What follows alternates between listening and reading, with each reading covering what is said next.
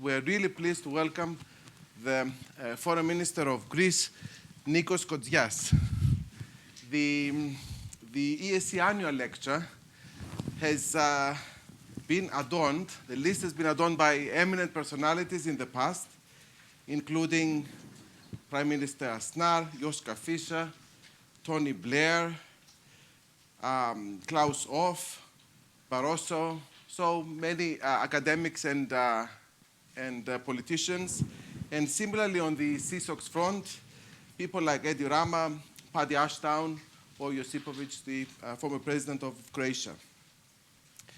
Now, on a personal note, as I said, this is my third annual lecture that I'm chairing. And I had this interesting combination of having Schäuble as the speaker 2 years ago, then Nick Clegg last year, and this year, Nikos Kotzias. So Nick Clegg sandwiched by the Greco-German. He asked first, sorry, 2 years before, if I can come the next year. Now, our current speaker, strictly speaking, obviously he's not a politician because he's a professor at the University of Piraeus, and Calypso will introduce him in a few moments. But I think that his biggest claim to fame is that he's a friend of CSOC's and that he also has been a visitor, a visiting scholar here 3 times in the recent past. So he feels very much at home, and he's cultivated relations already with people. Some of them are in this room. Now, for the European Studies Center and for CSOC's, these past 2 weeks have been quite intense because we also had to organize a very big event in Megaron Concert Hall in Athens, which was on the European crisis. So Greece has been very, very prominent, and last week, Calypso Nikolaidis and Timothy Gartonash and I were in Athens, and we met a lot of people. We gave this big talk in a panel, which was very well attended. And what we noticed while we were there is that in Greece, apart from all the difficulties that the country is going through, people are really, really interested as to how people abroad think about the country, as to how governments think about the country, whether countries like Germany are divided within themselves. I mean, that's a tradition among Greeks, of course, that they always wanted to know how the foreigners think about them. That's why the world population was divided between the Philhellenes and the Hellenophobes, I suppose. But that is a genuine interest. And what we are offering, I would like to hope, to the minister today is also the platform here, first of all, to present his vision about Europe and about Greece, but also the opportunity for you to listen to people and their questions and their feedback. And most of the time they are smarter than the speeches. Well, we'll see that. Now, the event is being recorded. It will be podcasted, published on the website. And so is the Athens event for those of you who would like to listen to it and look at it. It's on the CSOC's website. I would like to thank the ESC administrator, Sarah Moran, and the CSOC's administrator, Julie Adams. She was in the neighboring office with Nikos Kotzias in 2012, the 10th anniversary of CSOC's. So it's, Julie was really, really pleased to prepare this and welcome you here. I now turn to Calypso, the chair of CSOC's, founder of CSOC's, and also the director of the Center for International Studies, to present our speaker. Hello, Calypso. Welcome.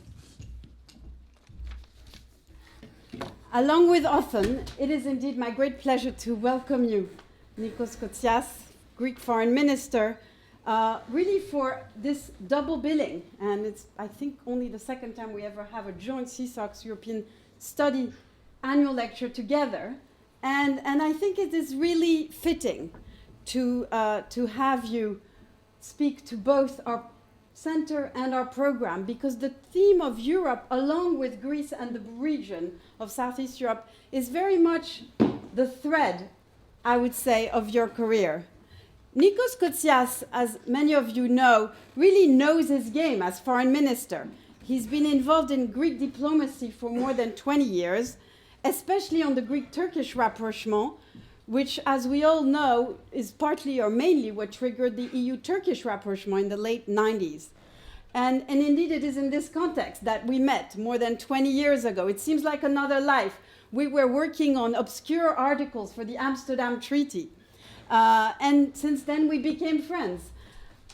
And I have to say that ever since then, at the time and since then, I was always struck by Nikos's capacity to take in multi-party, multi-chess game situations and analyze the relationship between power and interest of all actors in mega strategic frameworks that really engaged and inspired people who worked around him. And indeed, it's also in this context, in the late 90s, that Nikos supported my efforts when I arrived in Oxford University, as Othon just mentioned, to create our program, CSOX, which was supported at the time by the Greek government. And so we can say really that Nikos, you as a founding father of CSOX, you've come home to us today. And since then, as Othon was mentioning, Nikos has visited the university, the college, and our program several times as senior member and provided intellectual stimulus for all our conversation around the topics that we share. And indeed, we have welcomed Nikos as a bridge between academia and politics, always as a bridge.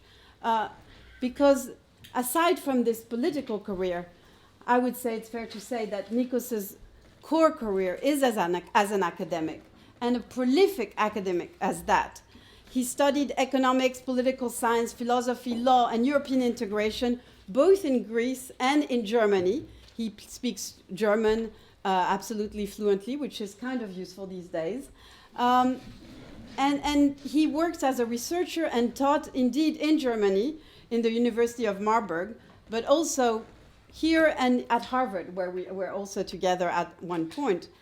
And of course, today he holds the position of Professor of Political Theory and IR and European Studies at the University of Piraeus.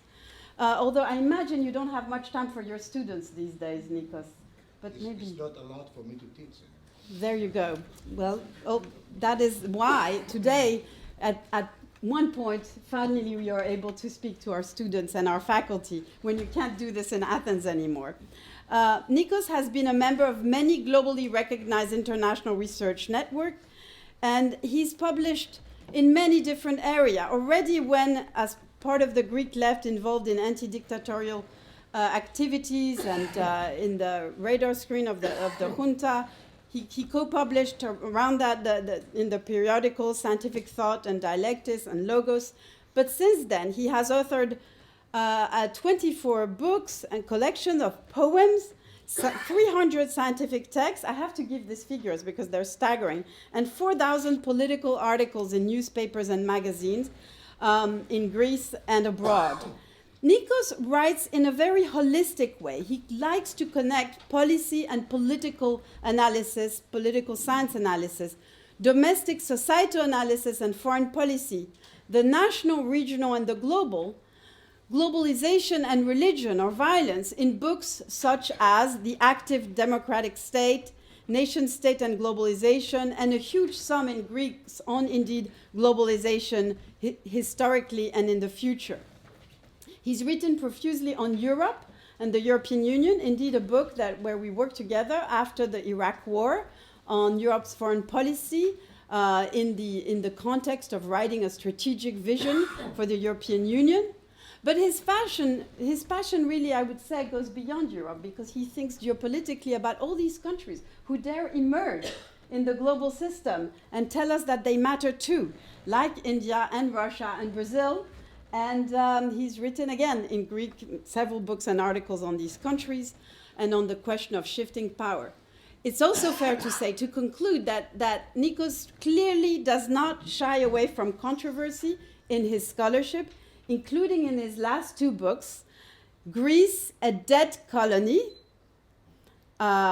somehow a term that has been picked up not always positively by the German press, but we can come back to that. Very important book. And Europe, Empire and German's Primacy. So I think it is fair to say that Nikos really most fundamentally likes to put his analytical power at the service of a greater cause, which is to think of the underlying conditions for stability and peace in our region of the world and globally, and including, we're going to hear more about this today, on Cyprus, on Fyrom, on Turkey and the region. And he does that both as minister and as author.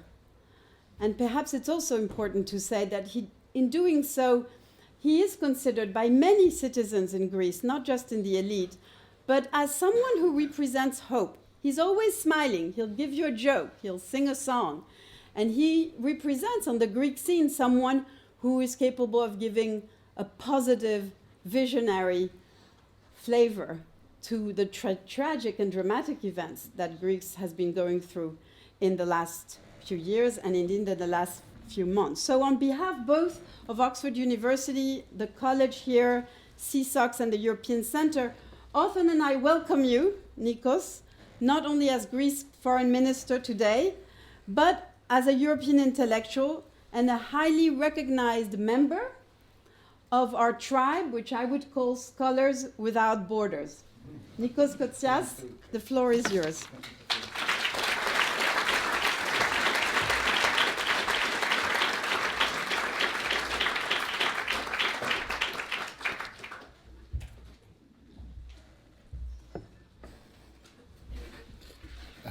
After Calypso says so many good words about me, I think the best thing I have to do is silent, not to speak.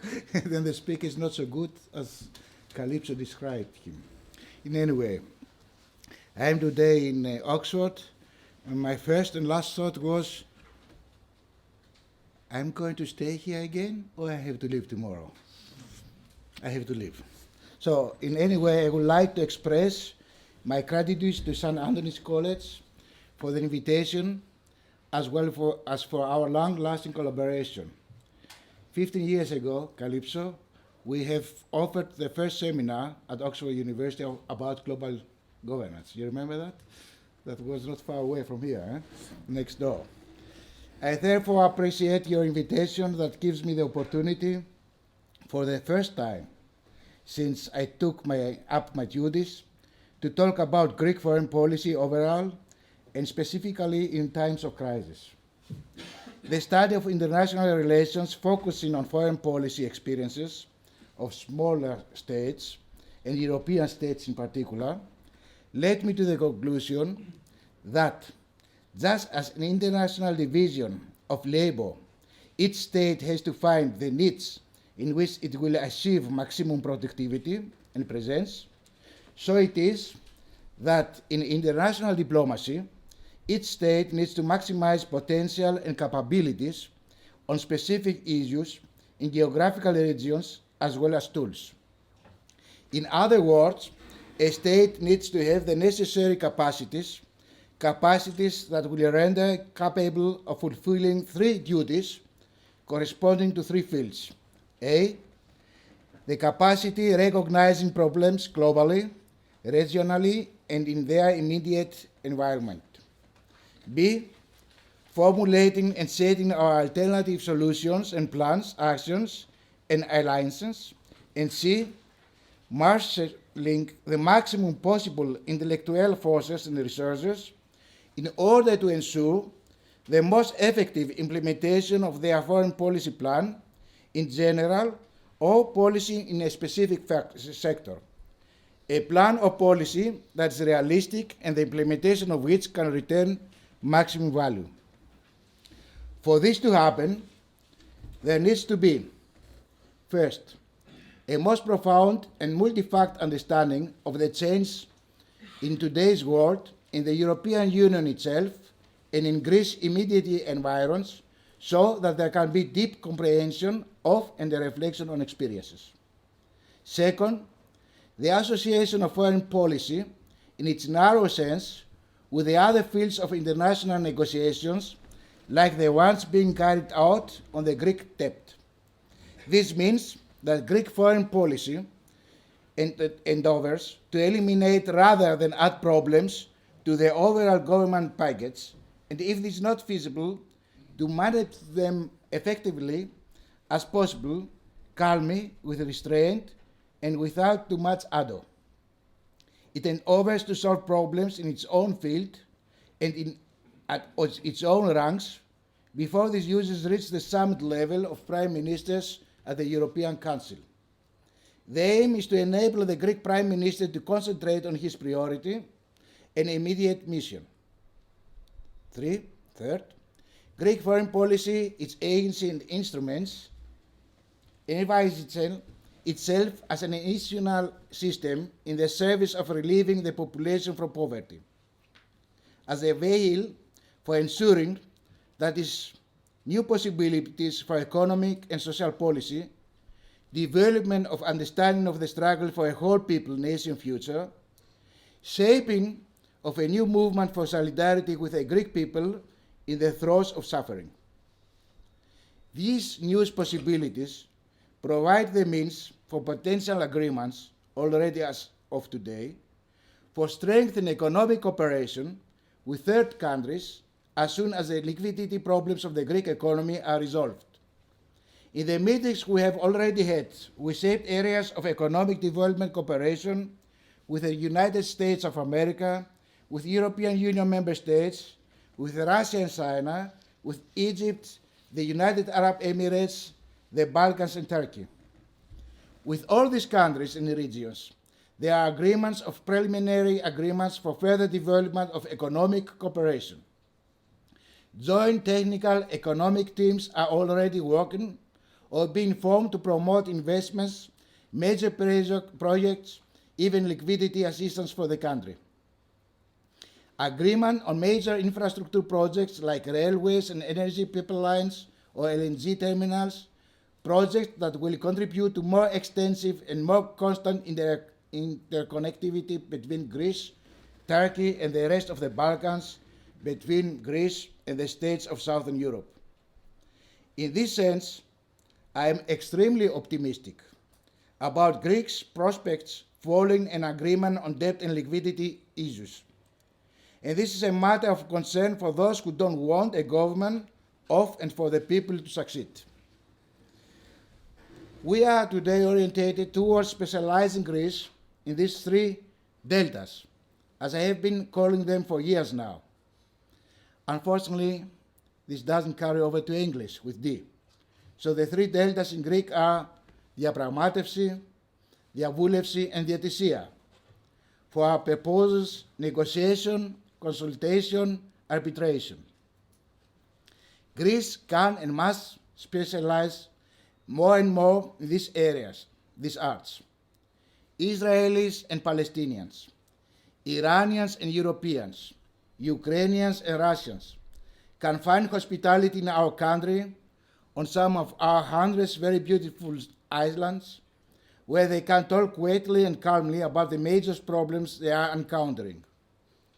Greece is not and does not want to become part of the problems of this nature, but it does want to become a catalyst for assisting in resolving such kind of problems.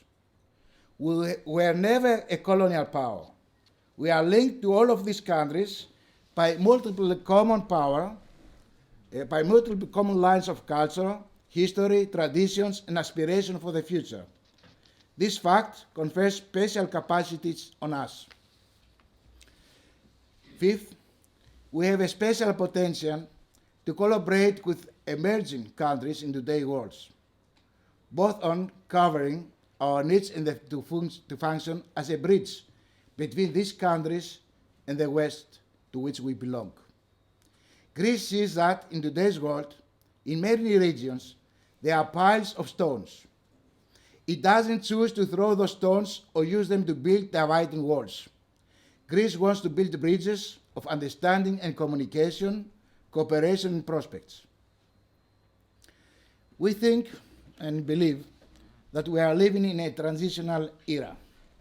In a sense, every era has its elements of transition. The world is nowadays experiencing major changes, while the center of gravity is shifting from the West to Southeast Asia, from the Atlantic Lake to the Pacific. New problems are emerging in the horizon European societies, and like that of the US, are aging. Around the European Union, there is a number of countries with youth in high proportions in their population. 10 of millions of young people who hope for and are questioning for a better future, a better tomorrow. Our societies are faced with multiple problems. Two of them are the demographic problem and unemployment. The pressures that these problems are exerting on the social state. The solution certainly does not lie with abolishing the welfare state, but with increasing productivity and blindly integrating young, talented people from all over the world into our society, which will thereby gain fresh dynamic. I think that we are living in times when ideology is not playing the same role as during the Cold War. Nowadays, the role of geopolitics is more important than before. Our world is in the midst of conflict between its current needs and the future demands of nature itself, the mother of us all. Focal points of this class are our very societies and the way in which they are preparing for their future. Whether they focus on people's happiness and prosperity or on numbers and profit margins. Whether they base their preparation on steady, secure growth under democracy and freedom or in a policy of reckless adventurism. As I note, 3 years ago in a speech here in Oxford, that was our anniversary, the 10th, for our program. At Oxford here, the European Union is exhibiting a trend.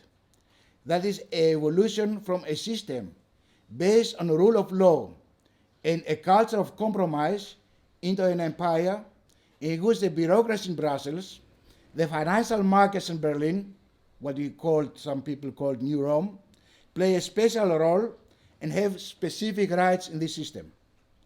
The formal legal equality of member states is essentially undone by the new mechanism for managing the crisis, forming a classical chain of power and reversing the social acquis.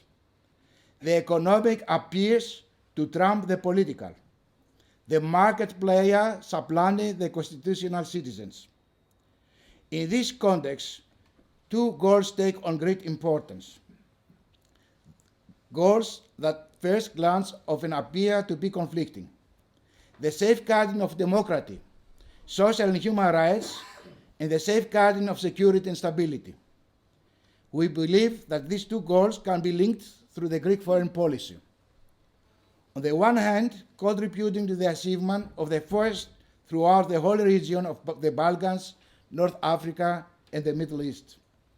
And on the other hand, achieving the later goals, security, stability.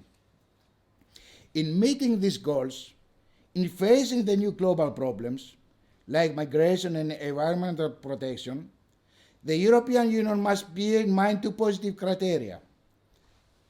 A, every action it takes must exemplify the extremely creative role it can and has to play in solving these problems.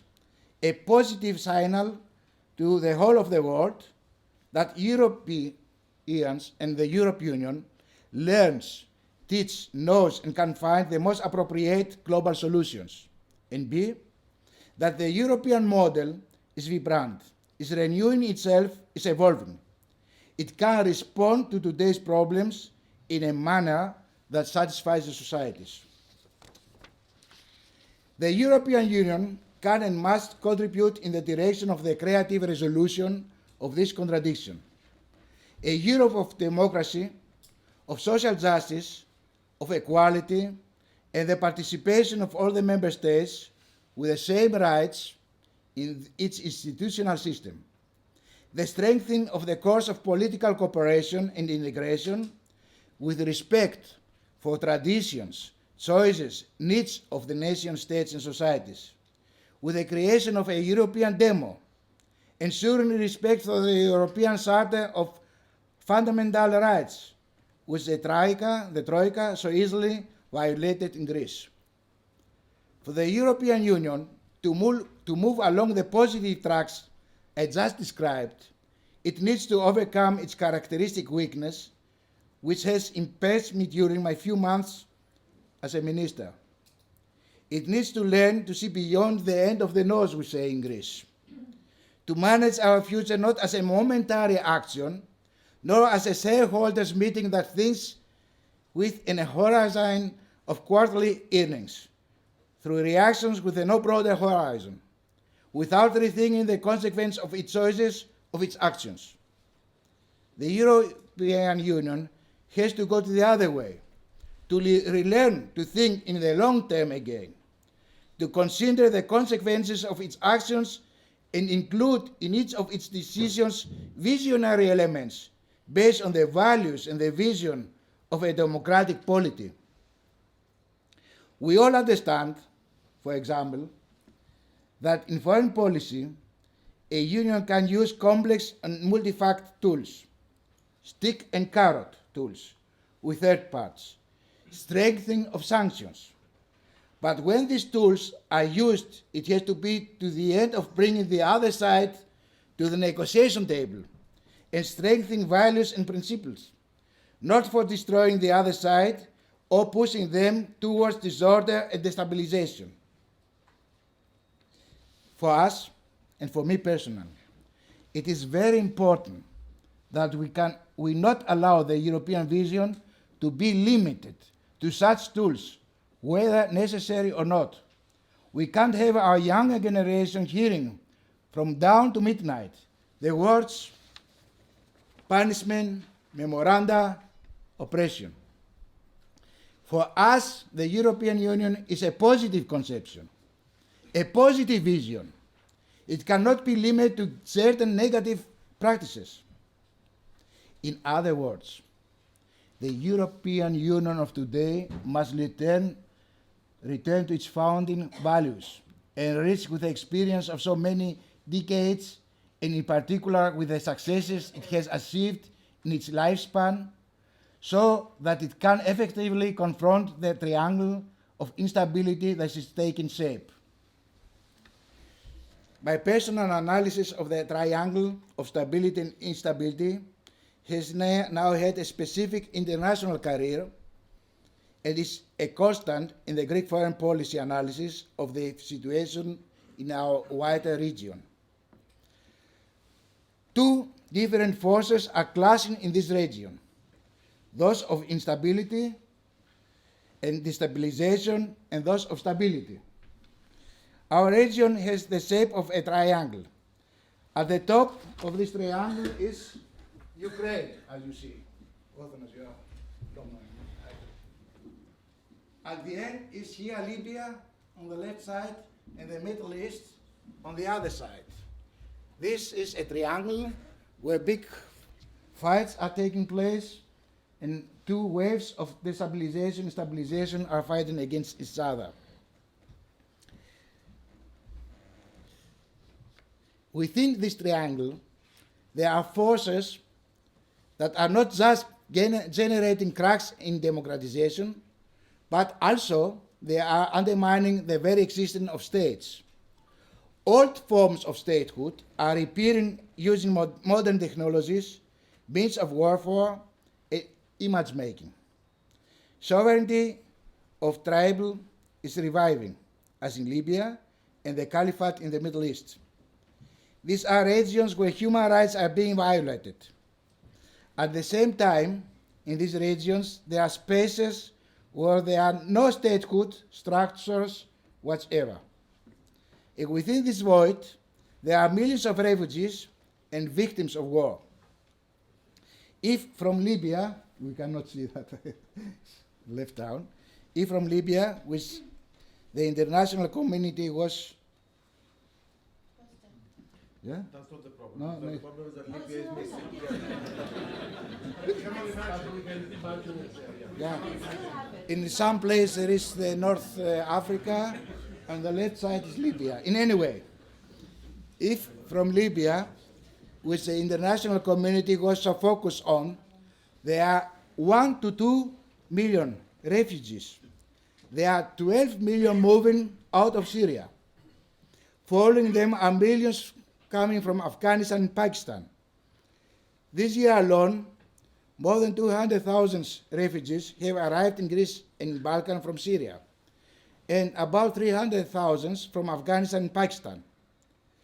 Can anyone from us all here imagine what will happen in the Mediterranean and in Europe should we see the destabilization of Egypt with its 95 million inhabitants, of which over 65 million are young and for the most part unemployed, where in the background from Egypt there is a civil war in Sudan and the failed state of Somalia. I say all these facts because we are taking every possible measure to support a policy of stability and security in the Eastern Mediterranean.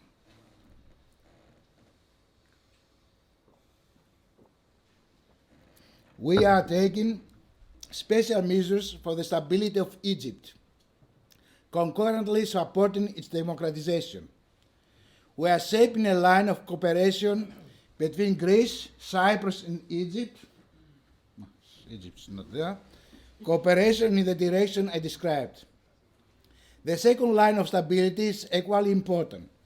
Cooperation between Greece, Cyprus, and Israel. Greece, Cyprus, and Israel, where we are concurrently developing a policy in support of Palestine with a number of measures that I agreed upon just the day before yesterday with Maliki, the Foreign Minister of Palestine.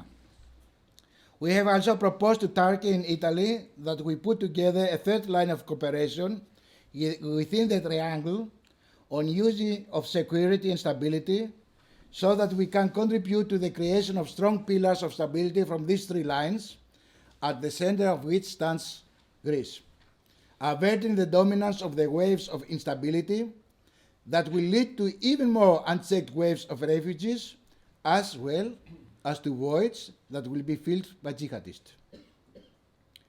On the other side of the triangle, Greek foreign policy supports the resolutions of the Ukraine crisis based on the principles of international law, defense of the sovereignty and independence of Ukraine, and the implementation of the Minsk Agreement, based on the recognition of the rights arising from ethnic and linguistic diversity, and the organization, respectively, of their administrative autonomy within a federal Ukraine. The region of Mariupol is critical for the Greek foreign policy in Ukraine. There are over 150,000 Ukrainians of Greek origin residing there. We are proud, in a time of crisis, of the assistance we have given to this region: food, medicine, the arrangement of a medical clinic, financial assistance, and the transporting of families to safety in Greece. We are proud because we are the only Western power with the courage to have taken the risk of maintaining diplomatic representation there, of holding our values flag high on the field of battle. We are a force, Greece, that support peace, that take risk in both good and bad times for the rights of humankind, for the implementation of international law, so that all states can function based on the principle of the rule of law and the European culture of compromise. These two principles are absent from practices of the government of part of the government of Fyrom.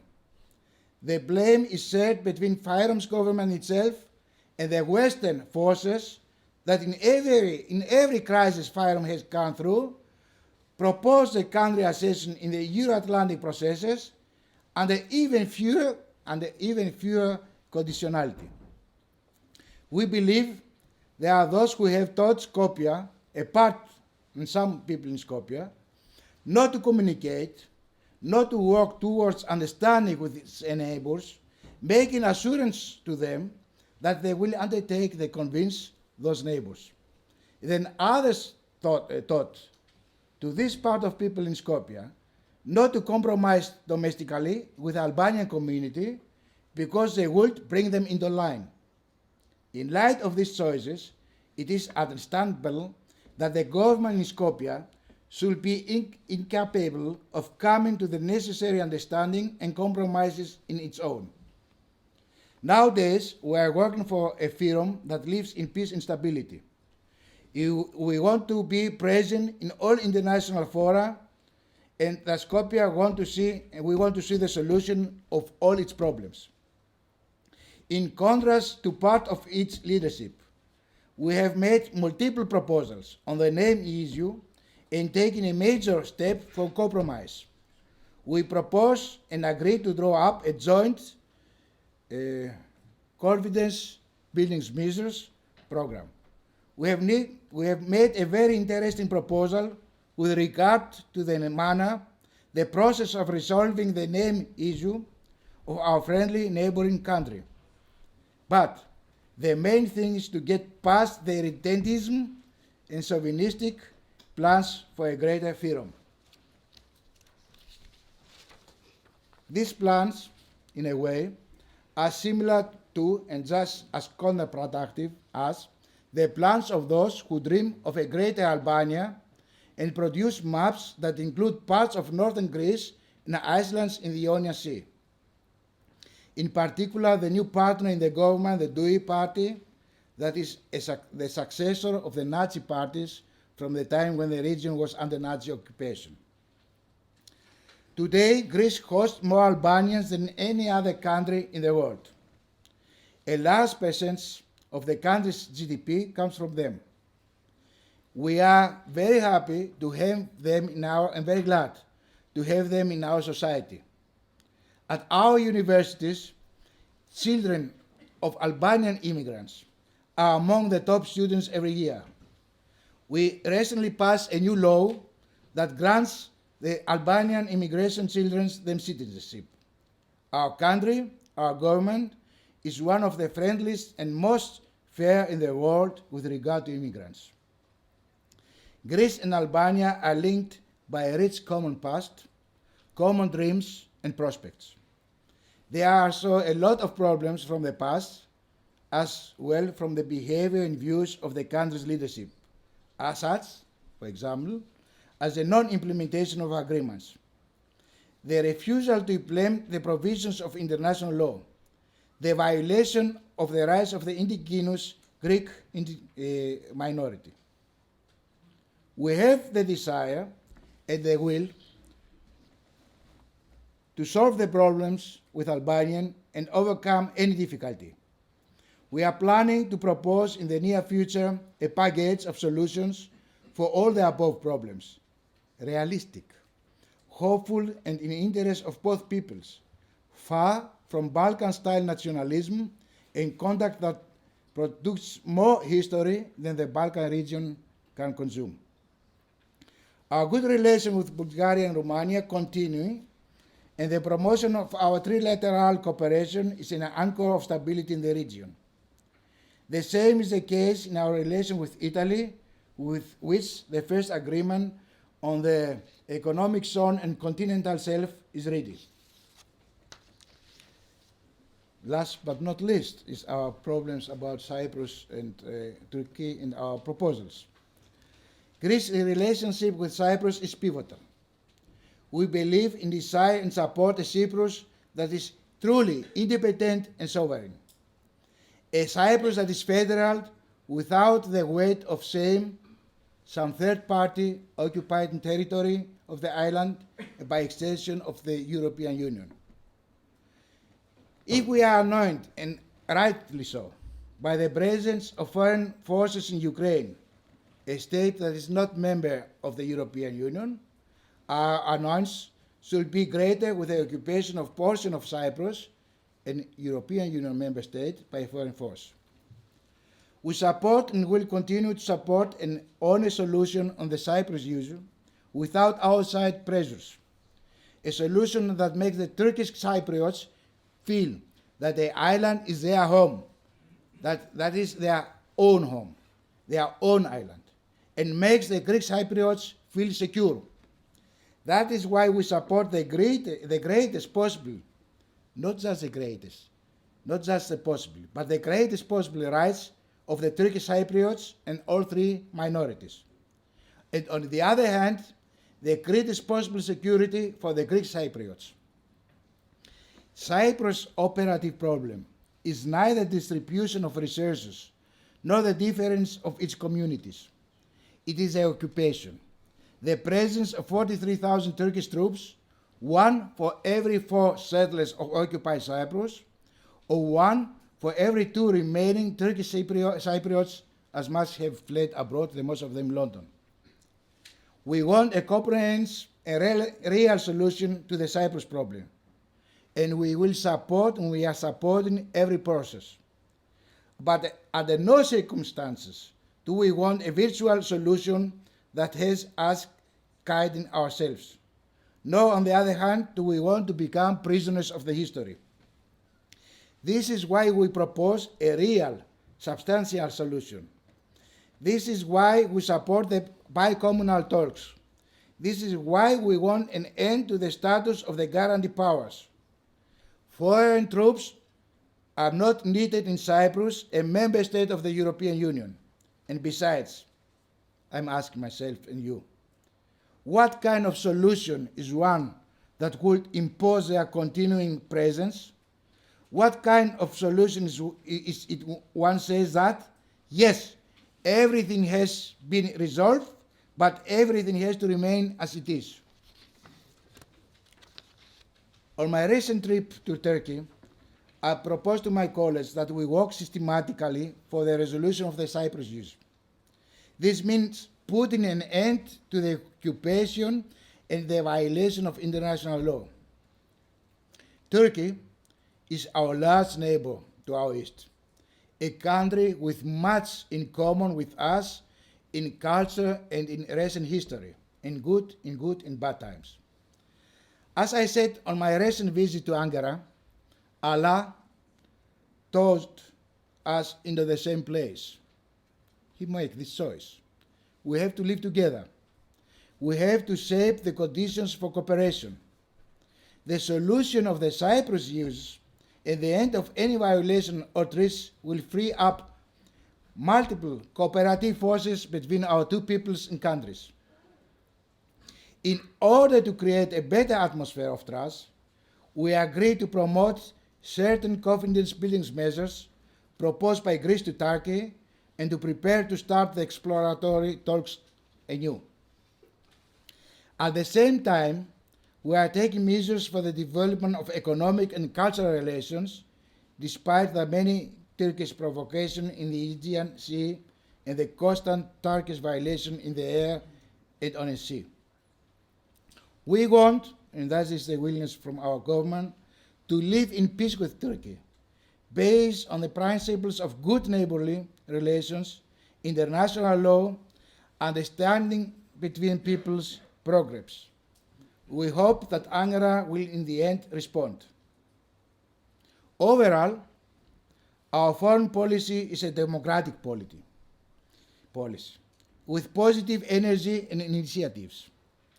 In this context, following consultation we formulated an initiative of 5 countries, the Netherlands, France, Italy, Greece, and Cyprus, with the participation of Middle East states, for the protection of the multi-religious and the multicultural nature of the Middle East. The asset of diversity that exists in this region has been present for more than 2,000 years, and we must defend this as a part of our own culture for multiculturality and multi-religiousness. The value base for this policy is enlightenment of the history and tradition of the region.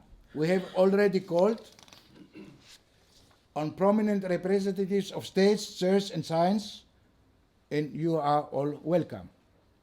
We will be holding a global conference on the youth in mid-October in Athens. Immediately afterwards, An initiative will begin that will bring a number of states from around the world together in joint actions.